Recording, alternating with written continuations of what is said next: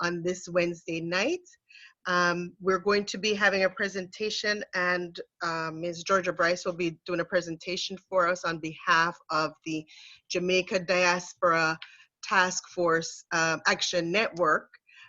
This was a request from specifically for school guidance counselors in Jamaica. We had a presentation from Region 5 to our task force, and a needs assessment was done with the President-elect, Ms. Brown. And we're more than happy to share information as requested. Tonight's presentation is going to be delivered by Ms. Georgia Bryce, and she'll give a presentation, and then we will have questions. We ask that you submit the questions in the chat box, and we'll take the questions after the presentation. So let me begin by just giving a brief bio for Ms. Bryce. She graduated with honors from Florida International University. She has with a Bachelor of Science in Environmental Studies and a Master of Science in Environmental Engineering. And she earned a second Master's of Science degree in the field of marriage and family therapy from Nova Southeastern University in Florida. She serves as a licensed marriage and family therapist and is the owner of a private practice called Building Families Together to Pattern, LLC. Ms. Bryce is also certified as a professional life coach, and in addition, she has earned certificates of completion in multiple areas. So we welcome her to share some information with us tonight. Georgia, I will turn it over to you.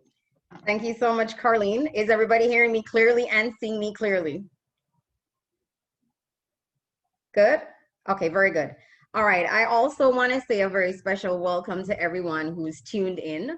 We're very happy to be a part of this process to facilitate your own transformation and to encourage you in your journey concerning what it is that you've committed your lives to.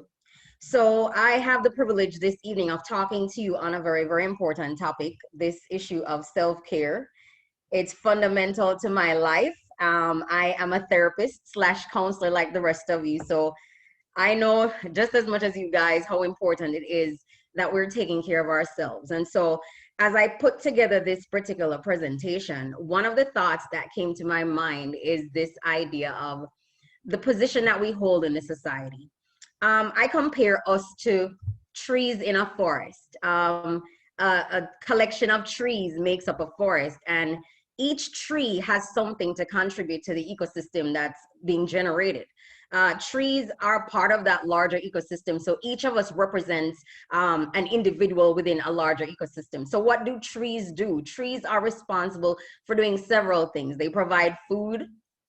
They provide shelter for animals. They serve as a source of shade, shelter from the wind, the rain, the sun. They provide canopy for shrubs that are underneath. They stabilize the soil. You know, if erosion takes place, when water comes, flooding occurs, so it protects us from flooding. And it purifies and traps pollutants from the air. And ultimately, trees serve as building and construction material for our homes. So when I think of the guidance counselor, or I think of a therapist, I think of us as trees, as unique individuals. And our roles are really involving coming together and raising up what has been broken down.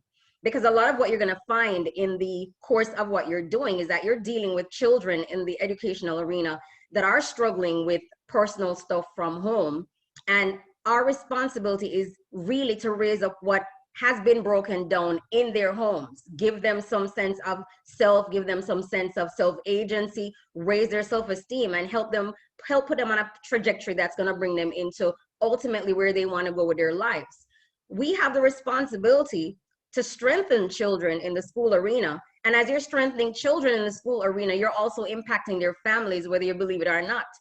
A part of what we do is build communities, because when our children leave us, they're moving into adulthood and they're going to be taking on responsibilities of leading in the communities that they're a part of. And ultimately, our role enables us to help craft legacies of generations to come. So whether you believe it or not, you're not just impacting one child, you're impacting multitudes of people. that child and the generations that are going to follow will be impacted by the work that you're doing currently. And so it's very important that you are aware of that, because it speaks of how serious the role you are taking on. So your vision is designed to bring life to those around you. But the truth is this: you can only take others as far as you've gone and as far as you are willing to go. And so if our lives are not on track as counselors, if our lives are distorted in any way, if our vision become distorted, if our purpose becomes skewed and we're not fully conscientious anymore of what it is that we've been called to do, it not only impacts us, but impacts the people that we've been called to help bring transformation in their lives. And so on the premise of that, we decided to put together this presentation focusing on self-care while caring for others. And this is absolutely important, because I think one of the things that we do as counselors or helpers, that's what we call them here in the United States, is that we tend to put ourselves as back burner issues. We tend to focus more on the needs of other people by virtue of the fact that we're empath, by virtue of the fact that we're called to serve, by virtue of the fact that we're very passionate about what we do. And so we have this tendency, because of our gift, because of our calling, to put our needs on the back burner. So tonight, I really want us to spend some time talking about this importance of self-care while we're caring for other people. So what are the objectives I'm hoping to achieve this evening? I'm hoping that when you walk away, you're going to develop an increasing awareness of what your own needs are as a counselor. Because again, if you're not fully aware of what your needs are, it's virtually impossible to continue serving other people, students, staff, faculties at the highest level of your capacity. So I'm going to be doing that within the framework of Maslow's hierarchy of needs. Secondly, I'm hoping that you will understand the personal implications when self-care is not made a priority. I'd like for you to understand the potential psychological and emotional impact of COVID-19, because this is a global pandemic. It's impacting all of us on multiple levels. And I'm sure us as counselors, I know for myself, business is booming, which is good, but at the same time, there's a greater call or a greater impetus for me to make sure that I'm taking care of myself in the process. And then ultimately, we're gonna have a conversation about identifying the role of the counselor and his or her community in promoting self-care practices. So guess what? The counselor has needs too. And I could put both legs up and both hands up to say this, because I think a lot of times the average person doesn't think about this. I laugh at times when my clients ask me, so Miss Georgia, how are you doing? And it sounds so foreign, because we're the ones who go into the room asking our clients how they're doing. We're not necessarily expecting them to ask us the same question, but we have to make sure that we're ensuring that we're keeping ourselves central at all times. So the counselor has needs too. So every one of you should, if you are in this arena, you should be aware of this concept of Maslow's hierarchy of need. And I found it to be very pivotal to what it is that we're going to be talking about tonight, because every human being, it's been prognosticated that all of us function from the same level, and we all need the same kinds of we have the same kinds of needs. They may manifest themselves in different ways, but fundamentally, all of us are looking to experience the same things or to achieve the same things. From the very bottom of this triangle, you have the physiological needs, and that has to do with taking care of your own biological needs. We need oxygen, we need water, we need food. If we don't have those things, we can't survive. We need shelter. We need to be able to sleep. We need to be able to dress ourselves. Reproduction is a part of who we are as human beings, of any species for that matter. If we're not reproducing, we're going to become extinct. Safety needs is also important. This has to do with our personal security. And one of the things that gives us personal security or a sense of peace of mind is having employment. When we're not working, we're almost going out of our minds, because we have bills that we have to take care of. So we need to be able to have employment, gainful employment. We need to have access to resources. Our health is important, so having access to health resources is also key. We move up to the next rung, where we're talking about the sense of love and belonging, which is absolutely critical, because we're social creatures. You know, there's this famous saying that no man is an island, no man stands alone. We were never meant to function by ourselves. And if we are doing that, at some point in time, we're going to run out of gas, because we were never meant to be disconnected from other people. We were meant to be a part of community, to have friendships, to have intimate relationships, to have family, because all of that lends to a sense of connection. And then as we increase on this rung, we talk about esteem. Esteem is very important, you know, having a sense of self-respect, but also there's this idea of the respect of other people, having, you know, some sort of status, or having some kind of recognition for the work that we do, or for our accomplishments or achievements, having some sense of freedom or autonomy, the ability to make decisions on your own, the ability to think things through for yourself, without somebody else dictating to you and telling you what you need to do. And then ultimately, at the very top of the triangle of Maslow's hierarchy of need is this idea of self-actualization. And self-actualization has to do with this idea of what a man can be, he must be. So ultimately, we're focusing on reaching our maximum potential. Everything that we think we're capable of giving life to or giving expression to, this is ultimately where we're looking to go. So that's why we go back to school to get our master's degree, then go on to get our doctoral degree, or we pursue other things, because we are always being driven to give a greater expression to our ultimate selves. And so we're looking for growth at all times. Now, some brilliant person decided to break up the hierarchy of needs into two distinct groups, or two distinct categories. The first has to do with what's called the D needs, or the deficit needs. And of course, if you don't have oxygen, you don't have water, you don't have security, all of those things, at some point in time, you probably are going to physically die very easily. So physiological needs, safety needs, and the sense of love and belonging are classified as part of your D needs, and these are the deficit needs. Now, what happens when the D needs go unmet, or they're not being taken care of? We're not tending to those things, because that's the whole idea behind self-care. Some things are going to be very obvious. There will be inadequate nutrition. That has to do with the fact that you're not eating healthily. You're probably not eating on time. You're skipping meals. It could be that you're eating a lot of junk food rather than eating food that is brings nutritional value. D needs going unmet, also characterized by inadequate rest. You're not getting enough rest. You're not getting enough sleep. Even if you're sleeping, you're probably not resting enough. That can lead to chronic exhaustion. You know, you're busy with work, you're busy taking care of children at school, taking care of all your responsibilities as it relates to your job. Then you come home and you have to take care of your own children and your own family and your personal needs, and you're running on empty. So chronic exhaustion begins to set in. And then if you're not taking care of yourself well enough, hormonal imbalance becomes a problem. And that could lead to a number of other things, including mental illness. And I'll have an opportunity to talk about that in a minute. But medical or health concerns are beginning to crop up.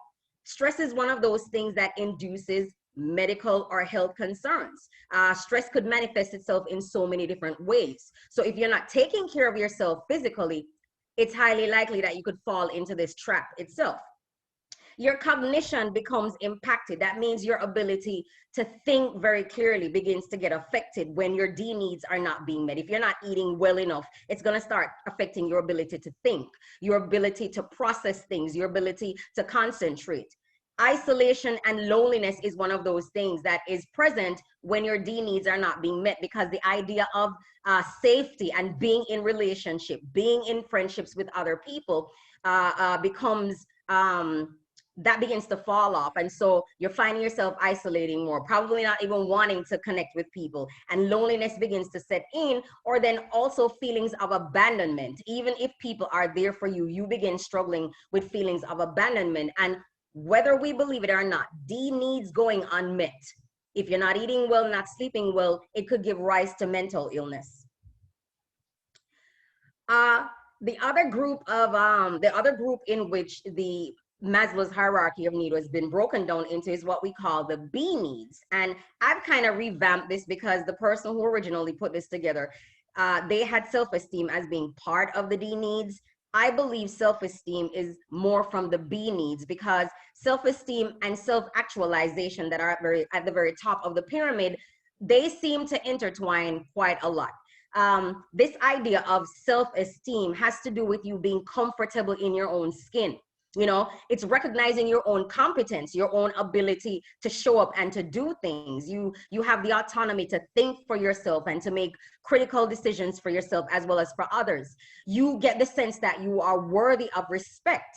And so you carry yourself in such a way where you earn the respect of other people. Self-esteem has to do with being able to receive acknowledgement or status or recognition from other people. And people thrive off of that. For anybody to say that they don't care whether they're recognized or not, they're probably lying. We thrive off of being recognized or being acknowledged for our achievements or accomplishment. It also has to do with self-respect, being independent, having your own sense of freedom, but it also has to do with respect and recognition from other people. And I truly believe when those things are at work at that level, it begins to feed our ability to self-actualize. And self-actualization, again, as I talked before, is the ability to grow. So the B needs are talking about those needs that reflect our ability to grow and our desire to grow and our desire to become the very best version of ourselves. So what is happening when the B needs go unmet?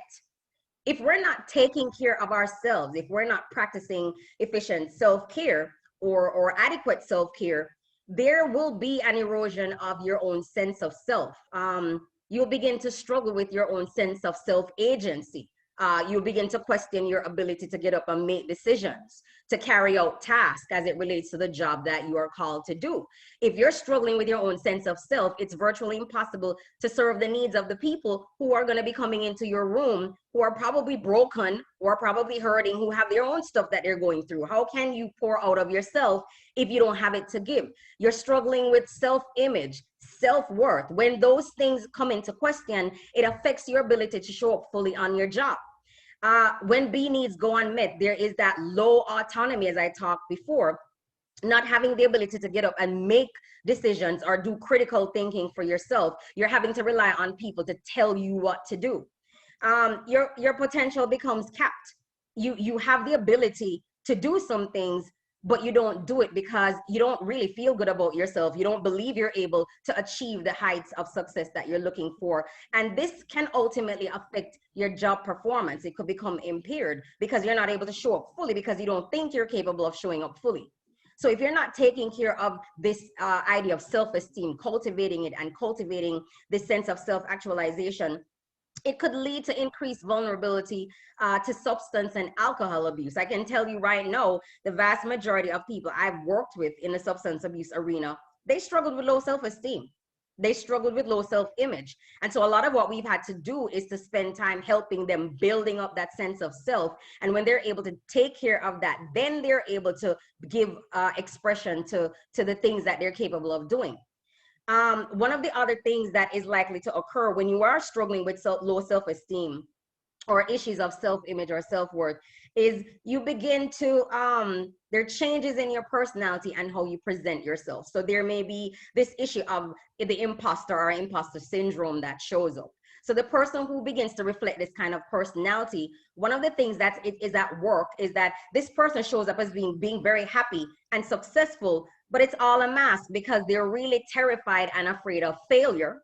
So they walk around with this mask acting as though they have it all together and they're successful and they're doing well. But underneath that, it's the complete opposite that's going on. And they're always afraid that somebody is going to discover that they really aren't capable in the sense of, in terms of how they see themselves. They don't see themselves as being capable of doing things, but they're afraid of other people coming into an understanding or an awareness of that. So this person who has the imposter syndrome tends to need continuous successes to maintain that mask of positive self-esteem. So as long as things are going well and they're achieving certain things and they're accomplishing their goals, they're good. I'm sorry. But once they're not achieving, or if God forbid they have a moment of failure, everything comes crashing down afterwards. And then the person who struggles with the imposter syndrome will likely struggle with issues of perfectionism, procrastination, competition, and ultimately burnout is going to be setting in. That's the person who struggles with the imposter syndrome.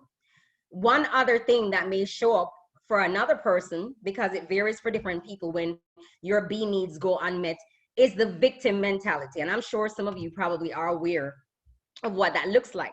So this is the person who tends to act very helpless, right? They're unable to cope with challenges. They fall apart at the whiff of a challenge, or God forbid, if something goes wrong, they fail at something, their whole world comes crumbling down, and they're always waiting to be rescued by other people. They're looking repeatedly to others for guidance, and they lack this sense of initiative unless somebody's giving them play-by-play instructions concerning what it is they need to do. They're incapable of making those decisions on their own. They tend to resort to using self-pity and indifference, and they refuse to take responsibility for initiating their own changes. So even though they recognize that they need to change some things, they don't take the responsibility to initiate the changes that they're looking to achieve. So this person is likely to struggle with being unassertive, underachieving, not because they don't have the ability or the potential to achieve, but they struggle with being underachievers, and they have excessive reliance on others in relationship with them. The other personality that may show up for somebody who's struggling with not having self-actualized or struggling with low self-esteem is that of the rebel. And this is a complete opposite of the victim mentality. This is the person who says they don't really value what authority has to say. The authority, opinions of authority, it doesn't really matter to them. And it's really a show. It's really more out of pretense. So this person is generally angry, always complaining, always being judgmental, always being critical. There doesn't seem to be anything that goes right in the environment for this particular individual. Nobody seems to get it right. And then this person who struggles with being the rebel, with that personality, usually breaks rules. They tend to blame other people, and they oppose authority. So if you're not taking care of yourself, it's not to say that you will necessarily manifest one of these personalities, but it's a strong possibility if you're not feeling fulfilled in the environment that you're in because you're not taking care of yourself adequately. It's highly likely that some of these things could emerge. And again, the vast majority of what I've observed with people who struggle with mental illness, it's really locked in that realm where their sense of self-worth or their sense of not achieving their highest level of success, it has been tampered with or it has been limited. So I quickly wanted to share this concept of what mental illness is, because I know a lot of people tend to get confused with that or may have a limited understanding of it. But when we talk about mental illness has to do with the health conditions that are characterized by changes in the way how you think. So you're struggling with concentrating, you're probably struggling with processing thoughts easily, you can't seem to get it right, you can't seem to follow through on the responsibilities that you have. There's fluctuation in mood. You're probably struggling with anxiety. Symptoms of anxiety may include maybe having panic attacks. You're always worried. You're always expecting the shoe to drop. You're always expecting something to just fall apart. There may be issues of depression that might be setting in, because if you're struggling with your self-esteem or you're struggling with your own sense of self and your ability to show up and do the task that's at hand, you probably will start struggling with depression. And depression could show up in so many different ways.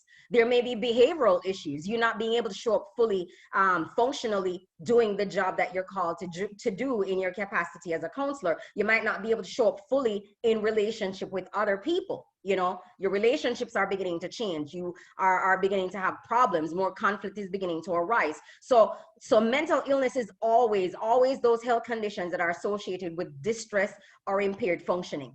It also covers all diagnosable mental disorders. And over here, we have this whole thing that's called the DSM. I don't know if you guys do it in Jamaica, but it gives a plethora of all the mental disorders that you could think of on the planet. Mental illness is also characterized by the people who may be experiencing depression, as I said before, and anxiety, high levels of stress. It could be vocational stress. It could be relationship stress. There's relationship problem. There may be suicidal ideation. Issues of addiction, persistent thoughts of or practice of self-harm. That means you probably are cutting or you're doing one of these things that's harming or injuring yourself. And so the individuals who are struggling with these kinds of dynamic, chances are there is the presence of a mental illness. And so we want to make sure that we're taking care of ourselves physically in terms of those D needs that we need to meet, but also taking care of ourselves in terms of our self-esteem and our ability to self-actualize. So I wanted to throw in quickly this impact of COVID, because as I said before, COVID-19 is one of those issues that nobody can escape. It's global at this particular point in time, and it is impacting us in one way, shape, or the other. I really believe what COVID has done is that it's actually led to one of three things. Either there are people who are now experiencing some kind of mental distress or mental illness that they've never had before. I've seen a number of people increase in terms of coming into therapy for anxiety and depression. So those things are becoming commonplace. Or the people who are borderline struggling, they were already predisposed, or there were other things that were in place that was probably impacting them. It's almost like COVID has become that tipping point, and it's pushed them over the edge. So now they're struggling with full-blown mental illness. Or the individuals who were already struggling with a mental illness, it's now been exacerbated. So what has happened with COVID-19? In my estimation, COVID-19 has really amplified this stress. So we already struggle with stress on the job. Our jobs are very stressful because we're dealing with people. But then what COVID-19 has done is that it's amplified it in an emotional and mental way. And it has been traumatic for a lot of people because we've had to make very rapid changes in a very short period of time. So some of the things that I've been noticing is a loss or erosion of autonomy or a sense of control. Like they tell us here, and I'm sure they're doing it in Jamaica, when you could leave your home, when you could go to the beach, when you could go to the park, which restaurants you could go, whether you could stay at the restaurant and sit on the inside and eat, or you have to just do a drive-by. Our lives have been significantly limited in terms of what it is that we can and cannot do. And that speaks to our autonomy. We don't have the ability to just get up and do what we want to do or go where we want to go as we did before. And so to a certain extent, what COVID has done, it has taken away, or it has eroded our sense of control. It has also eroded our sense of purpose because we probably have not been able to show up fully and do the things that we were able to do before. There's a lot of changes that have occurred as a result of that. And if we're not doing things, or we're not excelling in a way that we think we can excel, then of course that sense of purpose is taken away from us. Feelings of inadequacy related to your job. I'm sure everybody has had to move online. I'm sure your job criteria has probably increased significantly. Expectations have increased, and there are things that you're doing you probably never had to do before. There are new things that you've had to learn. So there's that struggle with, how do I fulfill the task that I have and do a good job of it? And if you're not necessarily computer savvy, then that becomes an issue. If you don't have access to internet service as you'd want to, then that also limits your ability to show up effectively in doing your job. Lots of structural changes have occurred. There's changes to your routine. There's changes to how you go about doing things. It has led to losses in some degree.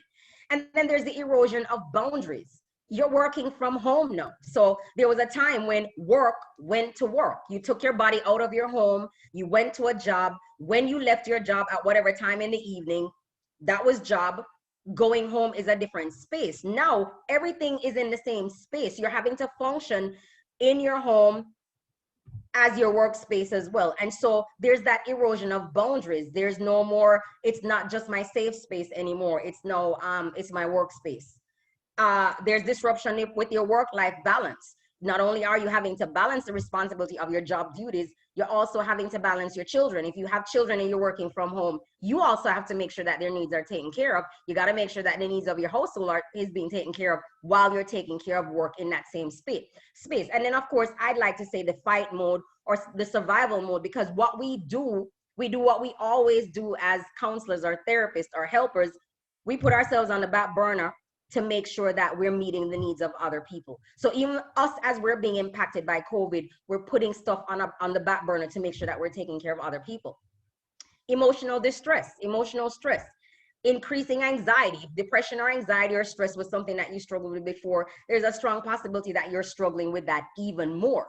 Social isolation, just the fact that we were told that we can't go do certain things, we can't gather with people as we were gathering in times past, it lends to that sense of disconnectedness. We feel isolated from other people. And then being in close proximity to family has often bred family conflict. One thing that we knew was going to happen, and we kind of joked about it, even though it's not necessarily the nicest thing to joke about, when we had COVID lockdown here, we started anticipating an increase in the number of couples coming in for counseling, because, you know, those issues that we could have avoided, like ships passing through the night when we were working and we created our own space, now we were forced to be in the same space. So the back burner issues started becoming front burner issues, or the things that were under the surface started rising to the surface, and we didn't have much choice, but we had to start dealing with those issues. So more families are coming in for therapy, more couples are coming in for therapy. There's grief and loss that you might have to deal with. Some of you may have had family members or friends who lost their lives to COVID. Your health may have also been impacted. Fears of the unknown, you know, future uncertainties. We don't know when COVID-19 is going to go away. We hope that it does soon, but nobody knows. There's no vaccine that's out. We don't know when a vaccine is going to be created to help mitigate the concerns that we're faced with. So there are lots of issues, lots of fears that are prevalent at this point in time. And there's anger and cynicism, because if your autonomy has been taken from you and you're being told what you can do, what you can't do, and there's a lot of changes that are taking place around you, anger is likely to set in, cynicism is likely to set in. And then, of course, the weight of battling the illness. So if you have been impacted by COVID, you've had to deal with that on top of everything else. Or if you've had to be a support system for somebody else who's dealing with a disease, that also has amplified your stress level. That's why self-care is absolutely crucial. So what does it entail caring for the counselor? What does caring for yourself looks like, or what should it look like? The ultimate goal behind self-care is one thing. It's your mental health. The need to protect your mental health is absolutely crucial, because if you're not taking care of your own mental well-being, it's virtually impossible to show up for the people that you're called to serve. So when we talk about mental health, what are we referring to? Mental health has to do with the state of someone that is functioning at a satisfactory level of emotional and behavioral adjustments. So what it means is that when circumstances change, we may be impacted to a certain degree emotionally, but we're able to adjust ourselves and do what we need to do. And we're able to remain even keeled. We're not thrown off course. We're not thrown off track. It's the ability to enjoy life and to create balance. And that's absolutely important. We got to be able to have balance between all of the activities that we're engaging in, whether it's our work life, whether it's our family life, and whether it's our personal life. And I make that distinction between family and personal, because many times a lot of us with families tend to get lost in the family. So we have work, we leave work, we come home, we take care of our family, and we don't create time for ourselves as individuals. So we have to be able to have that balance. And so when you have a good mental health going, you are able to enjoy your life and create balance between all the facets, or among all the facets of your life.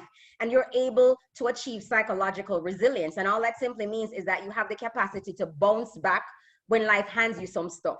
It's the ability to cope with the normal stresses of life. You're able to be productive, even though stress might be there related to your job or related to your home life. You're still able to function. You're still able to be productive. You can lead fulfilling relationships with other people. You have competence. You are able to engage self-efficacy or self-agency. And then, of course, you have the ability to self-actualize. That's when mental health is intact. So I wanted to talk a little bit about promoting the B needs as being part of the self-care process. I could spend time talking about the D needs, but I think most of you guys know you just need to eat properly, make sure you're getting adequate rest, etc., etc. But I found that a lot of the struggle to engage self-care, taking care of ourselves, is really at the B needs level, where we're dealing with issues of self-confidence, self-esteem, and respect for ourselves, gaining status, recognition, those kinds of things. That's where a lot of our struggle tends to be, and that's where we're most impacted in terms of our ability to show up and to do our jobs. And of course, there is that play, because if your self-esteem is intact, then it influences self-actualization. And then if self-actualization is there, where you're giving expression to your highest self, then it also plays into your self-esteem. So there are two aspects that I quickly want to talk about. There is the role that your counseling community plays, and the Jamaican Association of Guidance Counselors is, when I talk about the community, that's exactly what I'm referring to, or just your local regional communities of people that comprise counselors. There's a role that they play to help facilitate meeting those needs, or helping you practice your self-care with regard to self-esteem and self-actualization, as well as there is a part that you are going to be playing. So I went online and I looked at the vision statement that was clearly put together by the Jamaican Association of Guidance Counselors in Education. And it says very clearly, it facilitates the economic, intellectual, and professional development of the counselor in order to encourage efficient and effective delivery of counseling services to educational institutions and to the wider society through its preventative, interventive, supportive, and administrative components. So not only does the vision statement capture who they're serving, which are the counselors, but it explains in great detail why it's being done, how it's being done, and the purpose for it being done. I think I'm missing one of my, I'm sorry about that. So based on the vision statement that the Jamaican Association of Guidance Counselors has put together, I kind of broke, and there's several things that the community offers, or the community could offer to the counselor, that will help with this whole process of self-care, the practice of self-care. I broke some down basically into 3 parts. And again, there are many things that they could do, the community could facilitate for you as counselors, but I chose to focus on 3 specific areas. Representation. I think representation is absolutely crucial, because what representation does is that representation allows for the counselor to know that my needs are being represented at a higher level. My needs, my concerns, my value, I'm being valued by this community. I'm being represented fully by this community. And when we talk about representation, there's the organizational culture. We know that culture has a lot to do with how we do things. That's essentially what culture is about. It's how we do things around here. And so culture ties into values. Do we share the same values as part of the community? Because if the community is going to function, values have to be endemic. Everybody has to subscribe to the same thing. With organizational culture, do people get a sense of being heard? And are their needs being met? Do they feel that their needs are being met? Is the community affirming the counselors? You know, do you feel that your needs are being affirmed? Do you feel that you're being valued, that you're being respected, that you're being cared for? Because again, if we're talking about those B needs, that's what the community actually facilitates.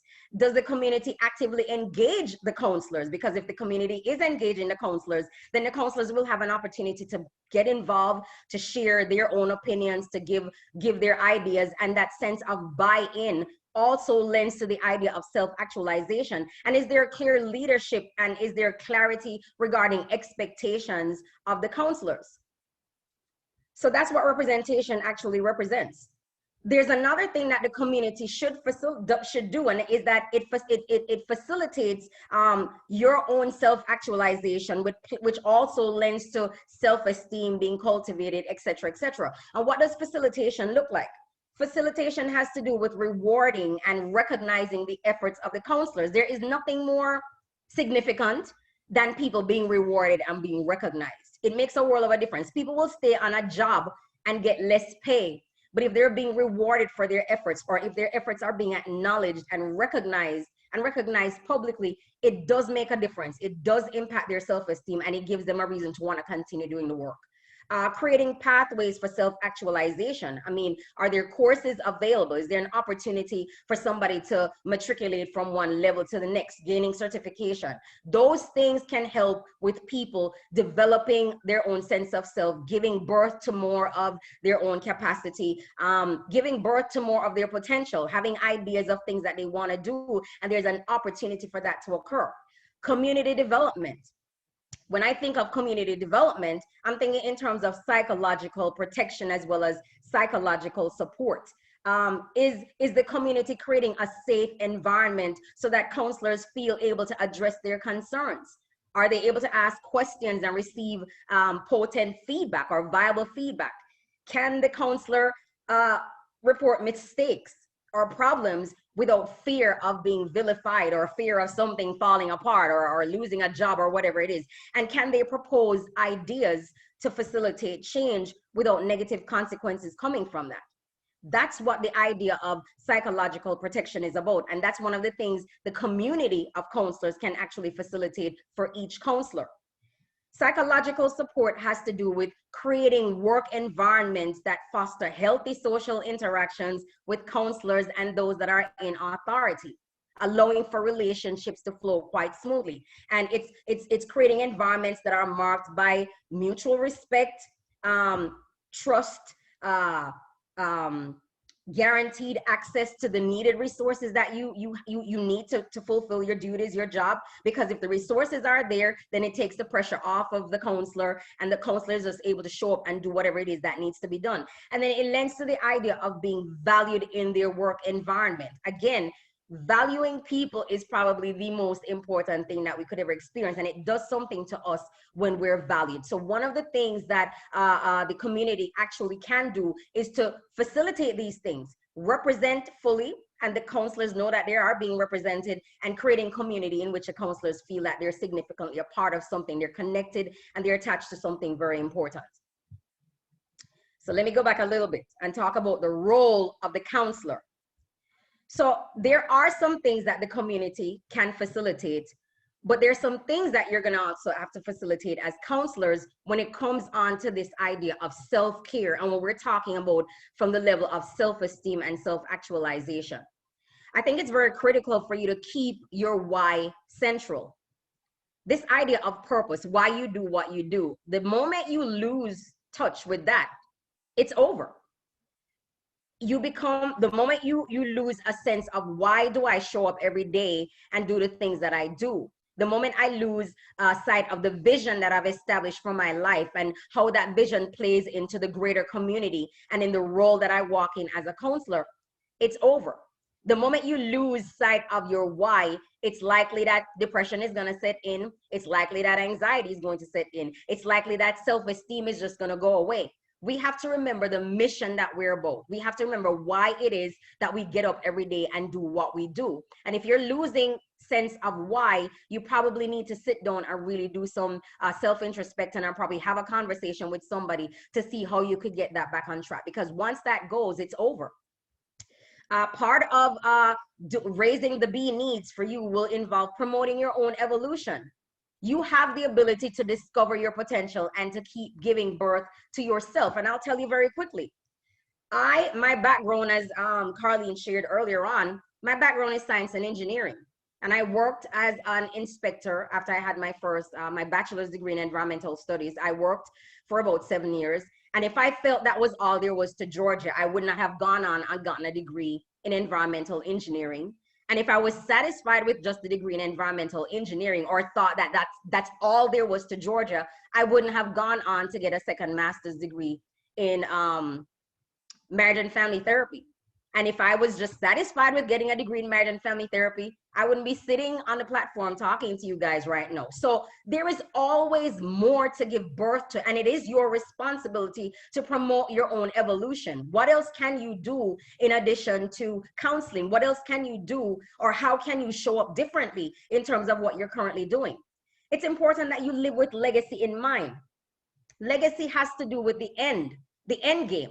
What is it you want to be remembered for long after you leave off the scene? What are people going to be saying about you when you go? Very important. I'll tell you something that was very intriguing to me.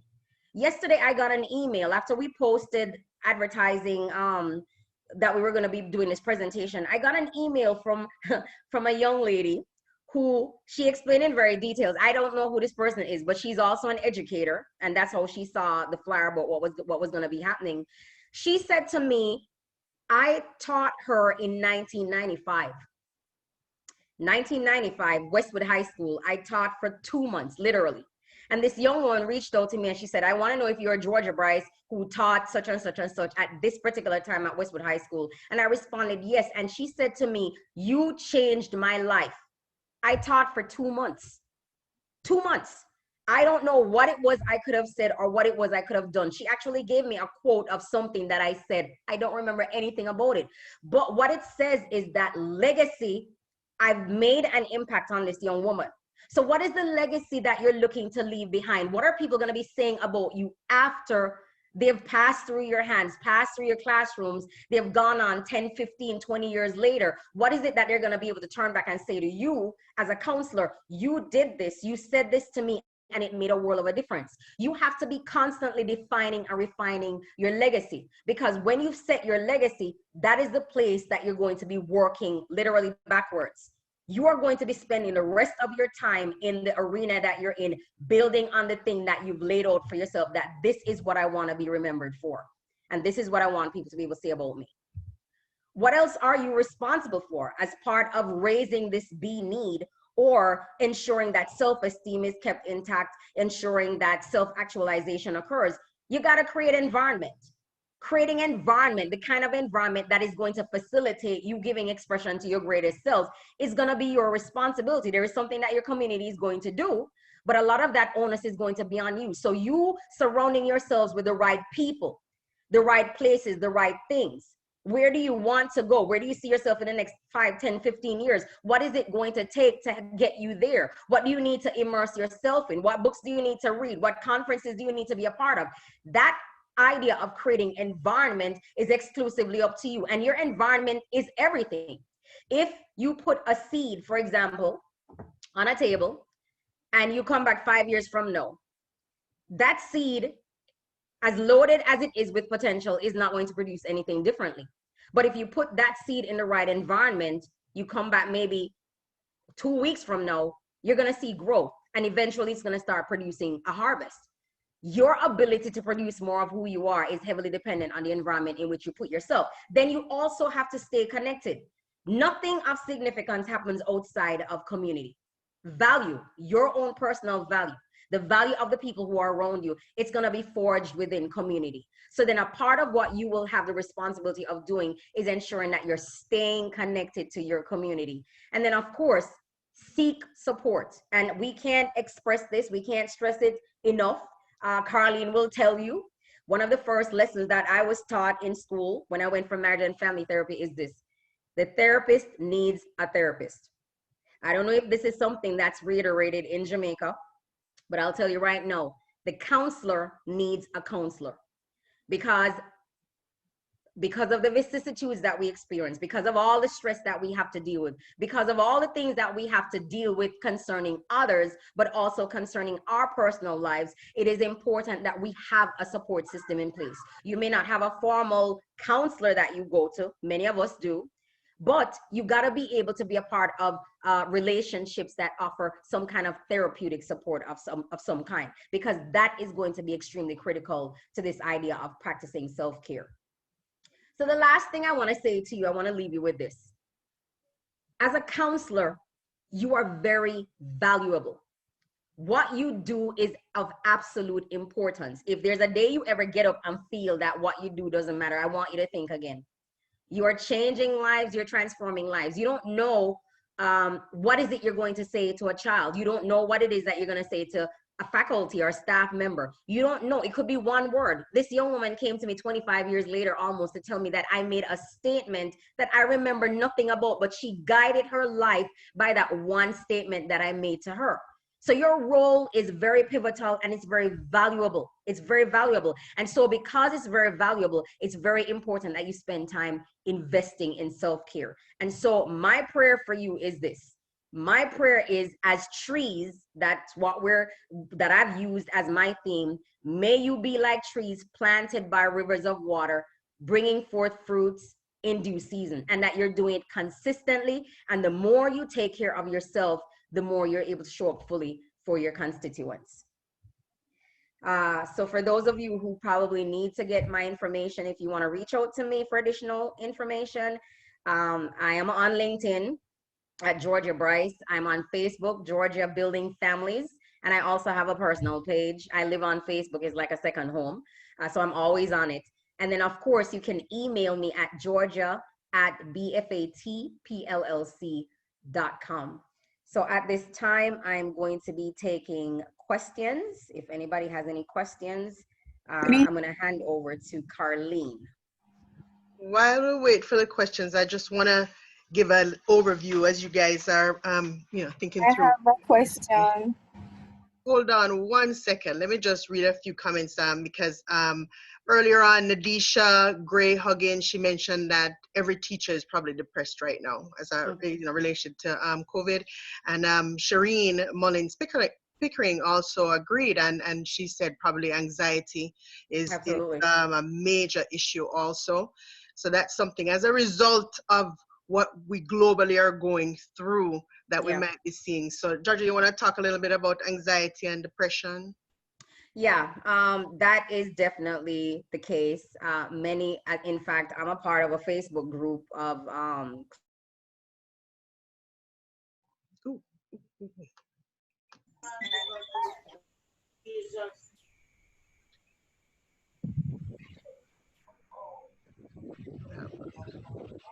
Okay, can you hear me? Okay, you could hear me, Carlene? Yes, yes. Okay, good. All right. So yeah. So even therapists are saying that they're struggling with anxiety. If you guys follow the news, Michelle Obama came out recently and said that she's struggling with low-grade depression. I'll be honest with you, all of us are struggling with something to a certain degree because the idea again of that sense of autonomy, it's gone. Like I can't get up. Listen to me. When they told us we couldn't go, they're probably saying that, oh, this is than us and all of that. But I mean, the whole thing.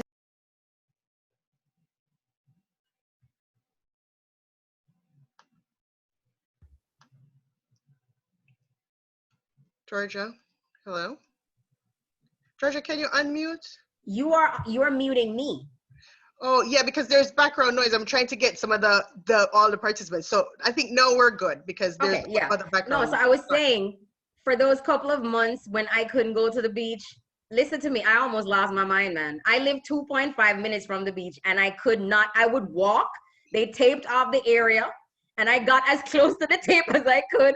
But I was low-grade depressed, I ain't gonna lie. Because a part of self-care for me is hitting the beach on a Sunday morning and I couldn't do it. So yeah, it's not unusual for people in general to be suffering from anxiety and depression, but a lot of that weight is also, can be felt in the educational arena because that quick transition from having to move out of the classroom to go home to set up remote learning, remote counseling, that comes with its own stuff. So it's definitely not unusual, and you need to pay attention to the signs and the symptoms of anxiety and depression. And there's some things that you can do about it. Making sure that, again, as I talked about earlier on, you're taking care of those needs, making sure that you're eating healthily, getting enough rest, getting enough sleep, etc., etc. Very crucial. Okay, great. All right, we're getting a lot of feedback as far as how, timely the presentation is.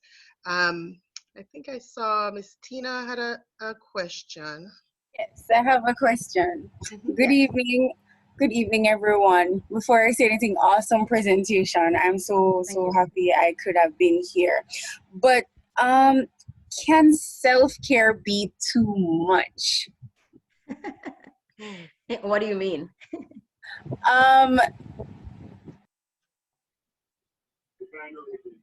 Sorry, I mute myself. Some persons, well, for me, I use the Maslow hierarchy scale of needs very much. It's a part of my thing. And for me, I may have my plans in terms of where I want to be. I have projections as to where I have been. But can one be totally consumed with themselves in terms of wanting to, whether some people call them overachievers, I don't know, want to fit in everything too much, I don't know. So I'm just saying, would you say that is, because for me, I love my job. I have a vision of where I want to be.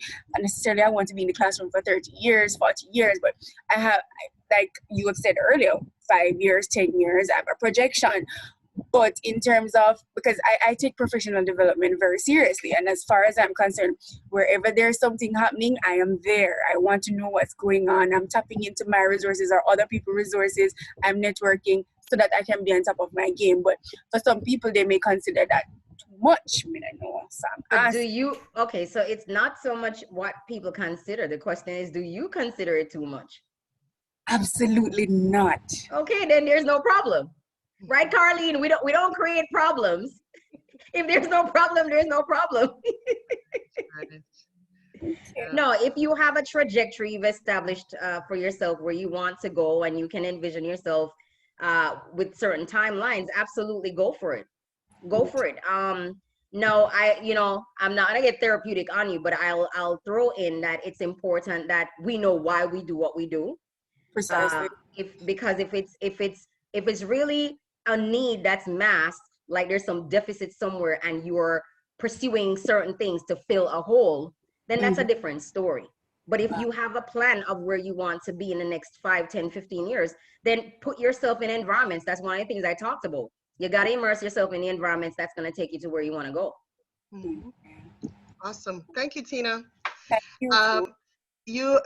We have a question from Meg Hill, and let me just roll up on it here.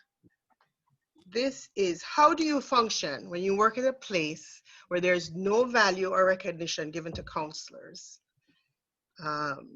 Even when the counselors go above and beyond, as I'm sure many of you do, and there's no value and no respect.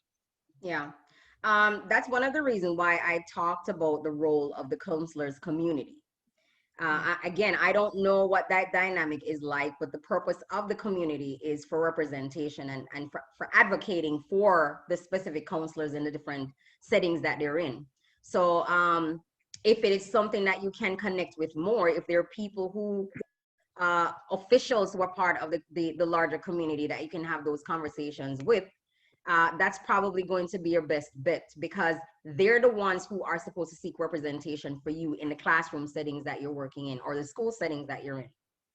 So that's probably your best recourse. I know Carlene, Miss Althea, I don't know if she's on tonight, but I know she's regional for one area. Right. So that's one of the things that she probably has oversight of. Checking in with counselors in the different schools in her region to find out what their needs are so that those things can be discussed. And it's important that the community is functioning, the association is functioning, but it's also important that you're engaging that community, because if you're staying by yourself and you're not engaging the support of what you have available, then it doesn't make a difference.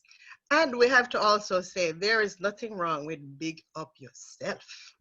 Hello, you might not get it at the job. There's frustration at the job, but we have to find our own ways to kind of pat yourself on the back and kind of like ray, rah, rah, rah, rah, and your family and your, as Georgia said, your community.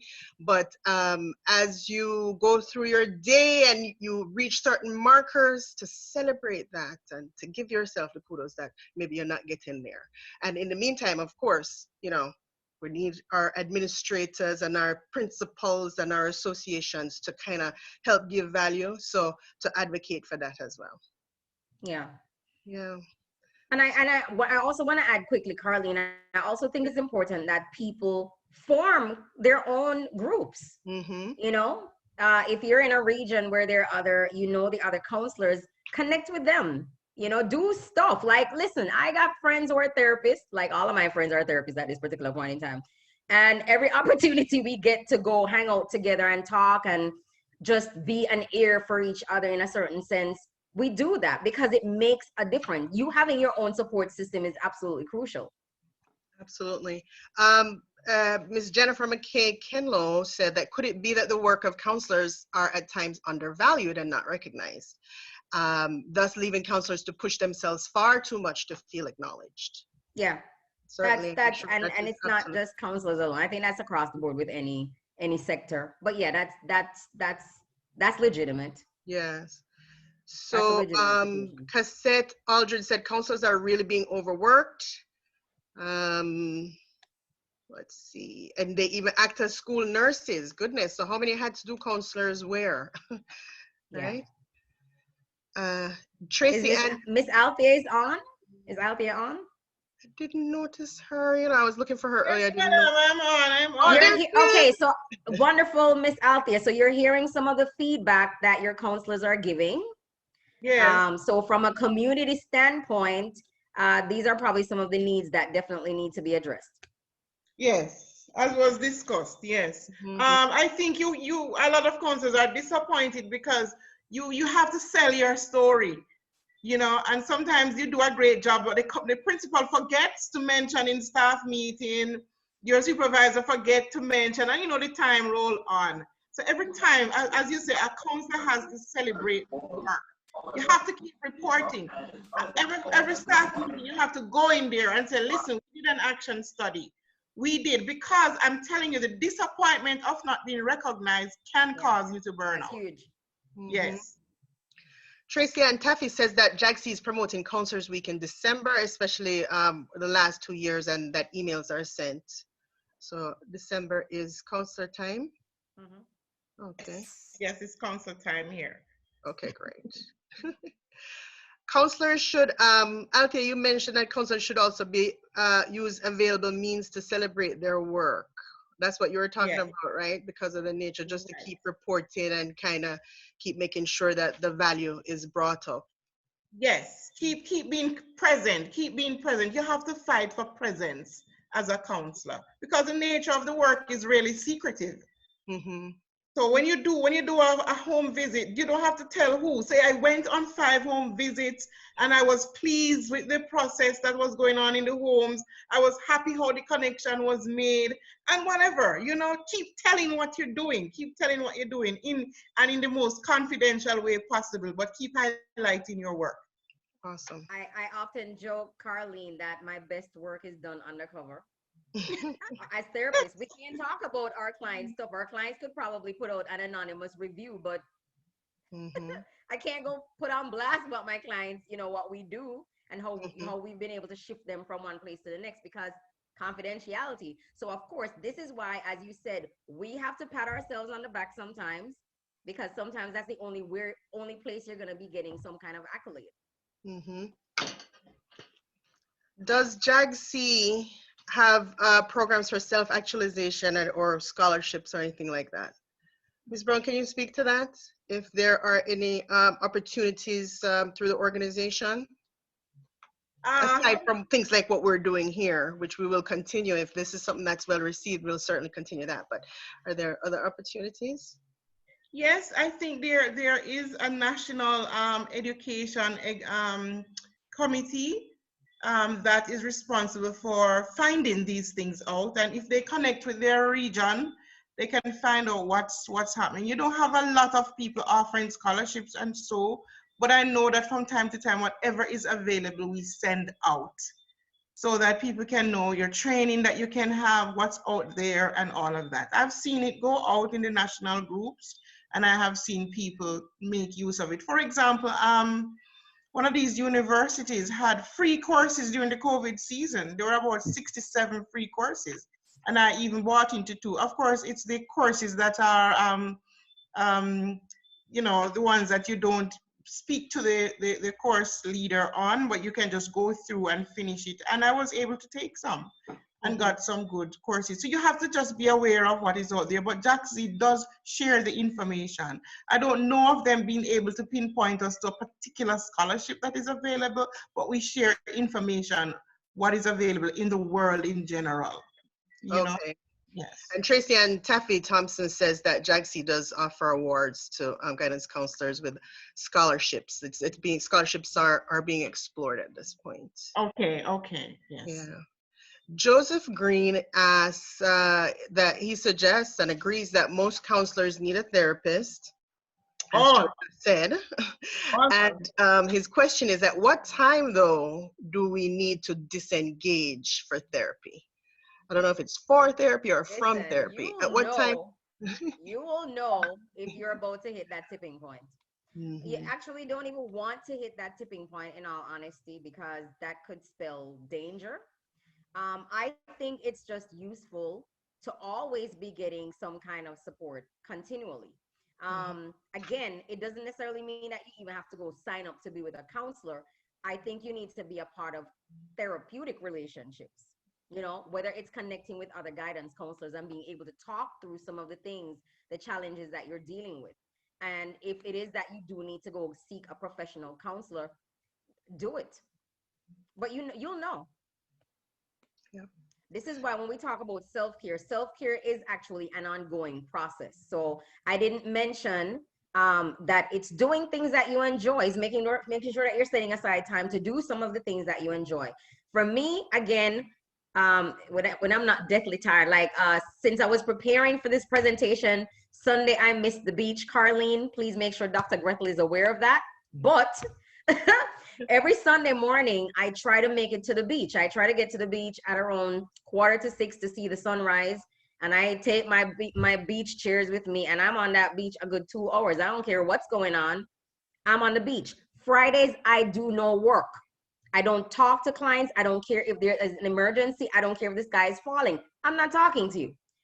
I make that very clear. I will bust my behind between Monday and Thursday. Friday, I am off the clock. The only thing I will make an effort to do is I do presentations, I do webinars and these kinds of things. So I'll probably make myself available for that. But in terms of doing work, in terms of therapy, absolutely not.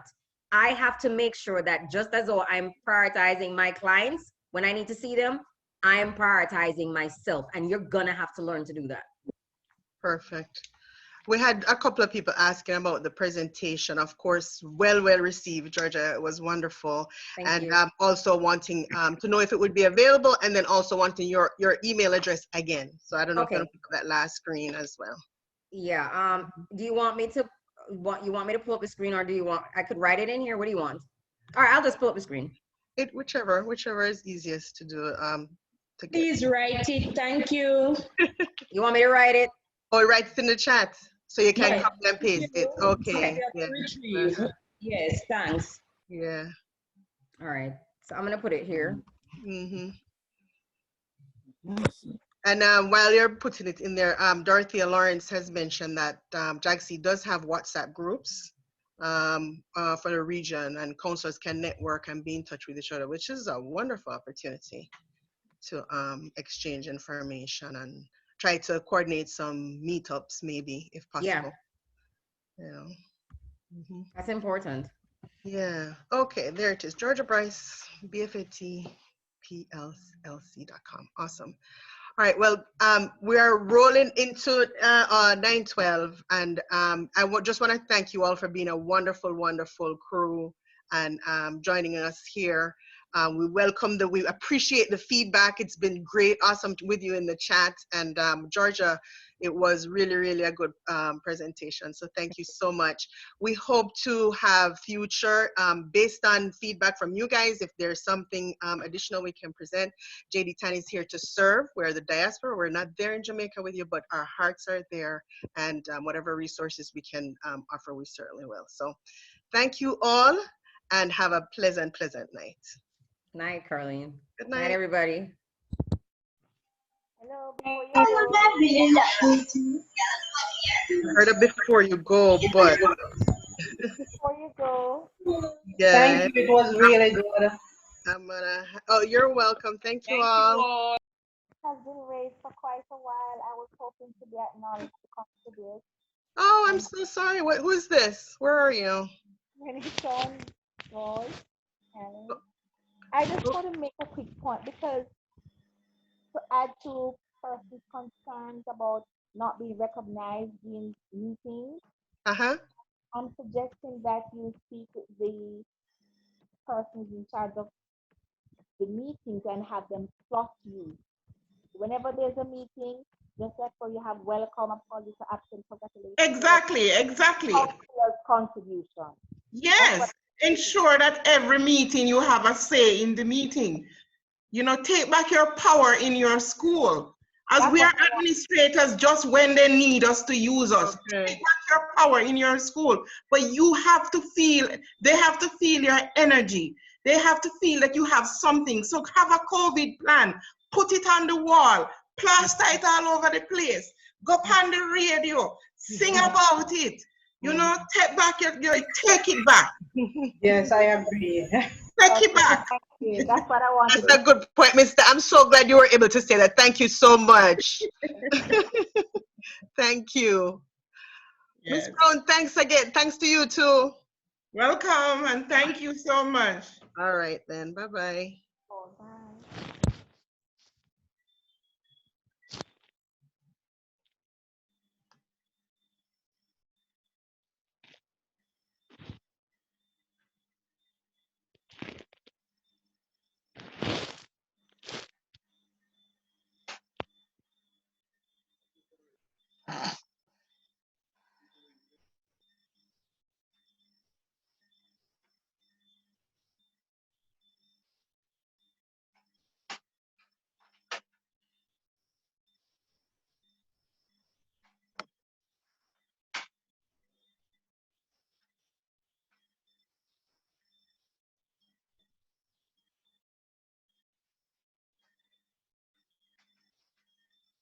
Yeah.